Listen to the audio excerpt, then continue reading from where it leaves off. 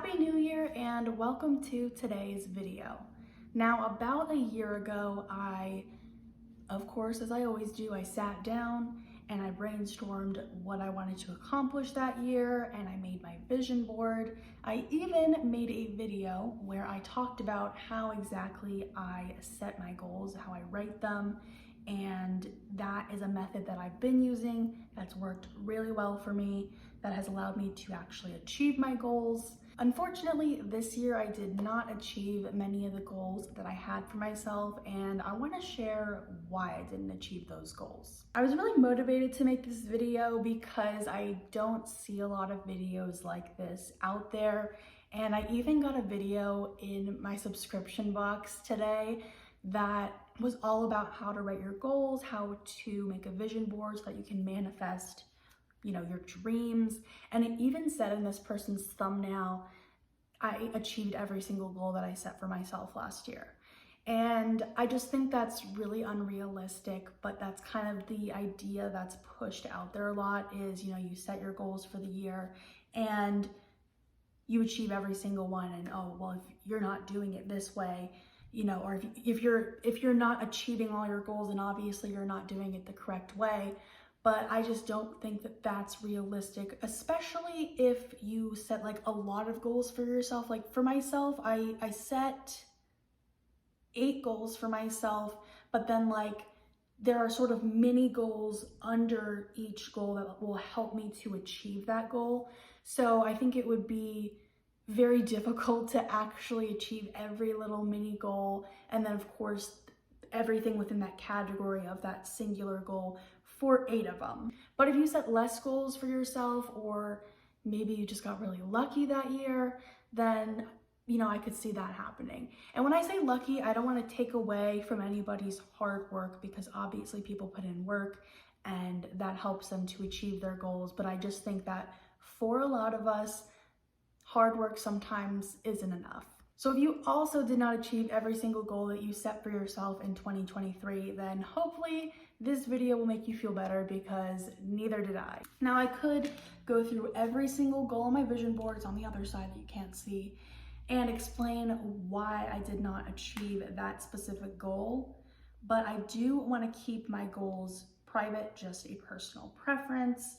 And I mean, the reality is that I did achieve some of my mini goals, maybe for some periods of months. There were a couple things that I did do, but for the most part, I didn't achieve what I set out to achieve this year. And I think that honestly, overall, there was one overarching reason why I didn't achieve my goals. And that reason is my health.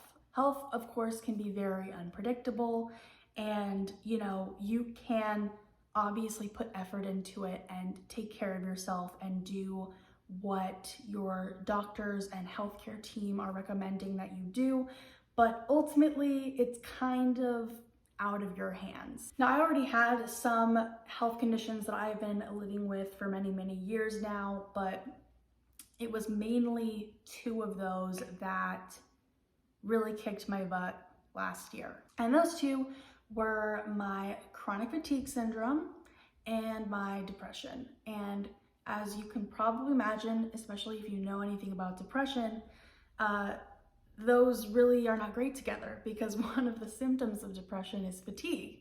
And I already have chronic fatigue syndrome, so it just made it worse. I actually shared this, I think, on my Instagram, but the medication that I've been taking for my depression for the past 3 years just didn't seem like it was working anymore early in 2023. So I did seek out a psychiatrist. I had also just moved to a new state, so I needed to find somebody anyway. And I worked with my psychiatrist last year to sort of change the dosage and talk about other options. And ultimately, I maxed out on the dose of the medication that I was taking. And, unfortunately, that's just a really long process of trying to find not only a medication, but a dosage that works for you, because once you up the dose, you have to gradually up that, and you have to wait for your body to adjust to see if you have any symptoms, to see if it's actually working for you. And if it's not, you know, you can up the dose again. And it's like that whole process, like it takes at least 4 weeks to really adjust. And then, you know, if it doesn't work, and then you have to like wean off the medication and wean on a new medication, it's just more and more time that goes by. So I spent literally the entire year trying to see if this medication that I've been on could still work, just at a higher dose, but I did max out on it and I didn't feel like it did anything. So I did decide close to the very end of 2023 with my psychiatrist to try a new medication.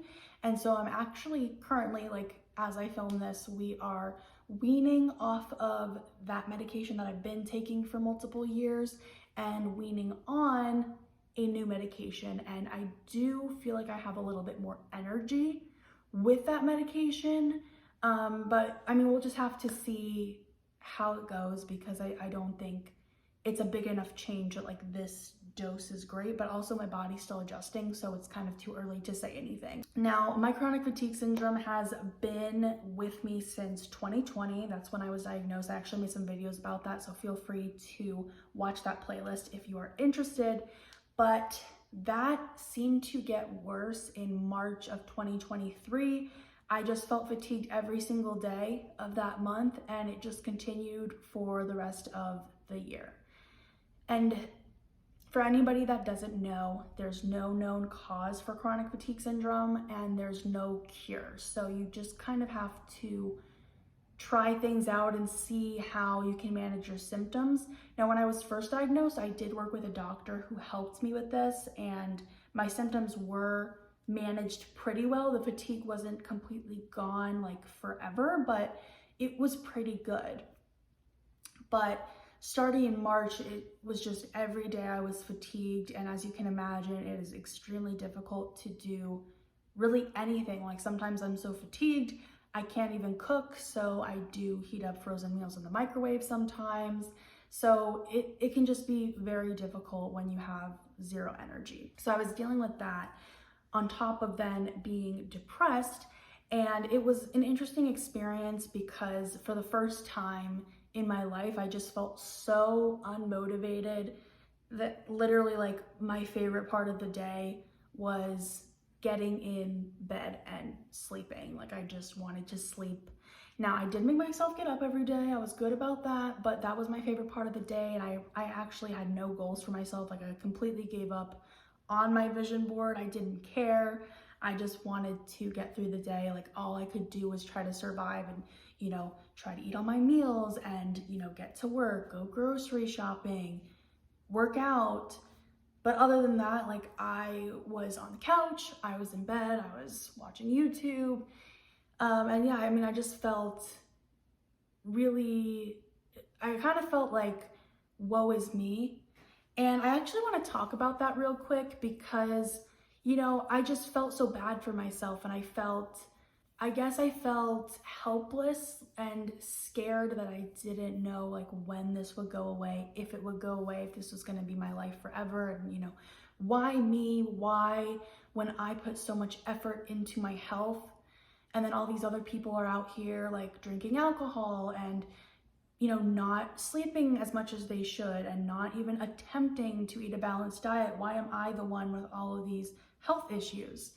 And I actually think that that time of just being in my bed feeling like woe is me and giving myself permission to feel that way was extremely beneficial.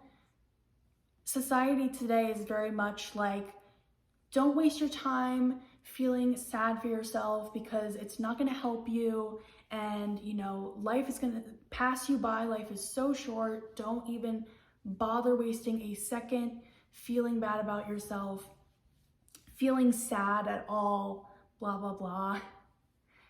And I just have to disagree with that. At least in my experience, I actually feel like if I try to just say, well, life is short, like I'm just gonna move on, like whatever, I just find that if I try to take on that mindset, the feeling that I'm trying to repress is still going to be there. It's just going to last longer, and it will eventually come out.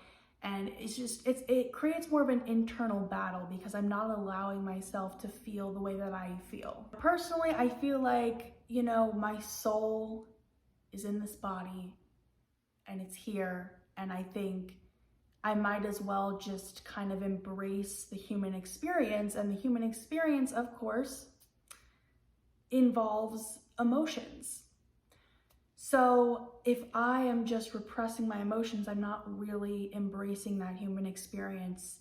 So I just figure I'm just gonna allow myself to feel the way that I actually feel, even though it's not pretty, even though society may not necessarily support it, even though it's not, you know, Instagram worthy. I'm just going to allow myself to be in my bed and feel bad for myself and, you know, just kind of survive and not really be accomplishing anything in this time.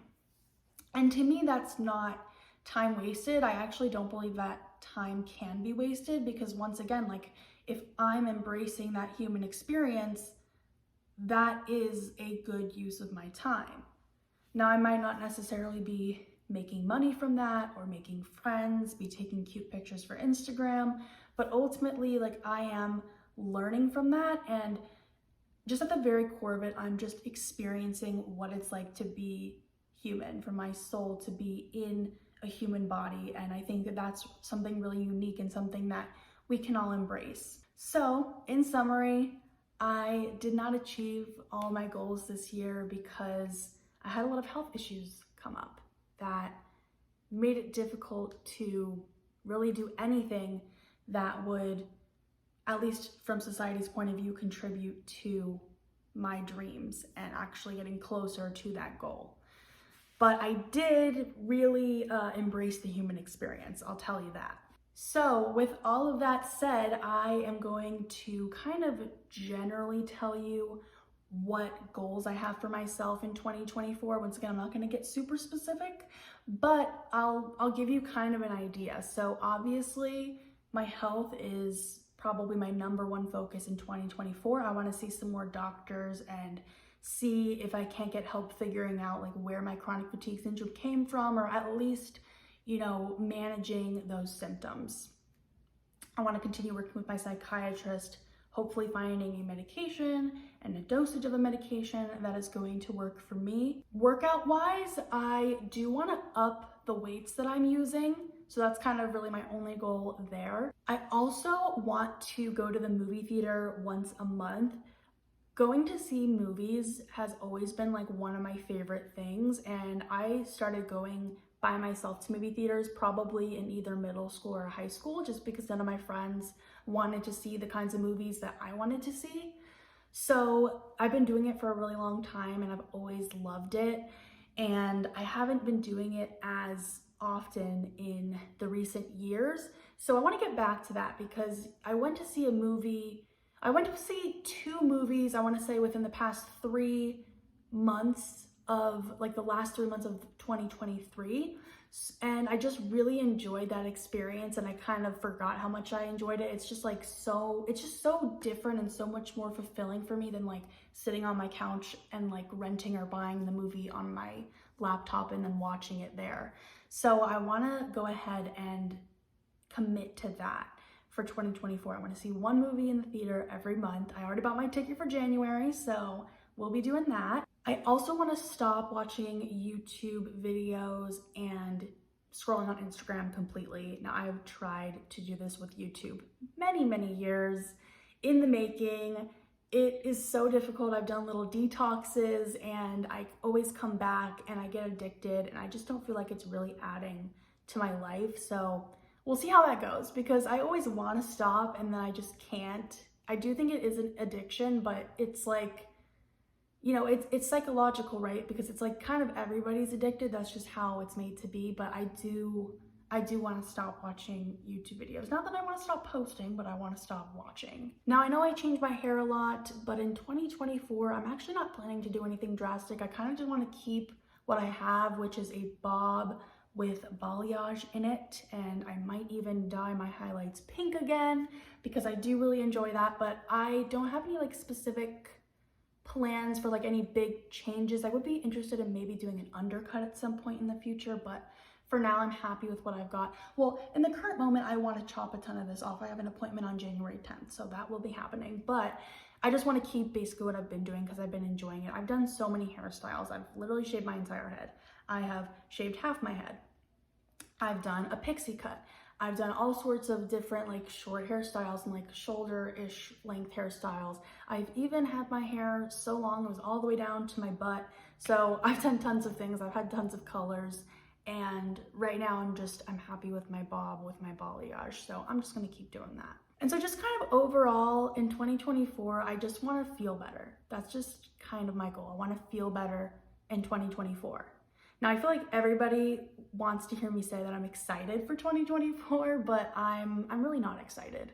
I have some hope for sure, but you know, I'm gonna share my quote for the year. I believe I shared my quote last year as well, and I always pick a quote, I put it at the top of my vision board, and it just kind of is something that resonates with me. And the quote is, "The show must go on." So that's my quote for the year. Hopefully that gives you a little bit of an idea of where I'm at. I'm just gonna keep going. I'm not necessarily excited for the new year, but I have some hope, and I'm just gonna keep going, and hopefully things will continue to get better. Now, I think I'm gonna be sharing some of my career goals for 2024 in the next video. We'll see, because sometimes I have all these plans and then I don't feel like making videos. I'm gonna do the best that I can. But I think that I am gonna be sharing some of those goals, not like my long-term career goals, but what I wanna do by the end of the year in the specific current job that I'm working. I think that will be really fun in my school dietitian job. So stay tuned for that. If you have any video ideas or requests, feel free to put them in the comments below. You can also comment on one of my Instagram pictures or DM me on Instagram. The link to my page will be in the description below. Thank you so much for watching this video, and I hope to see you in the next one.